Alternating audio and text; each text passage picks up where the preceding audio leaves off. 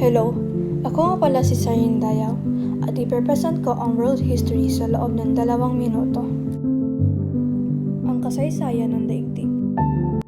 Kailan at paano na nga ba nagsimula ang kasaysayan ng daigdig?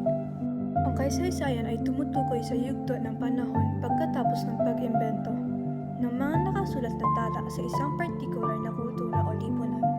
Natuklasan ng mga arkeologo ang mga nakasulat na record sa Egypt mula pa noong 3200 BCE na siyang tinanggap na petsa kung saan nagsisimula ang kasaysayan doon. Ano ang mga paunahing idea ng kasaysayan ng daigdig? Itinatampok ng World Connections ang 5 tema sa kasaysayan ng mundo. Mayroong 3 panahon ng kasaysayan. Sila ay ancient, medieval, at modern era.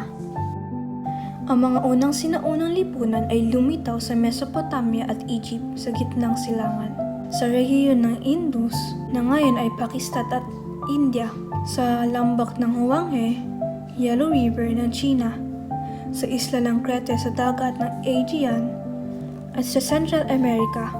Ang lahat ng mga sibilasyong ito ay may ilang mga katangian na magkakatulad. Ang panahon ng medieval o ang Middle Ages ay isang panahon sa kasaysayan ng Europa bago ang modernong panahon. Noong 4th century, nagsimulang tumawid ang frontier sa mga hangganan ng Imperyo ng Roma. Ang modernong era ay naganap pagkatapos ng Middle Ages at maaaring hatiin pa sa 2 yugto ng panahon. Ang modernong panahon ay kung ano ang kabihasnan natin ngayong modern era. At nandyan ka, isang 2 minutong sulyap sa masalimuot na tapiserya ng kasaysayan ng mundo. Salamat nga pala sa pagsama sa akin sa aking presentasyon.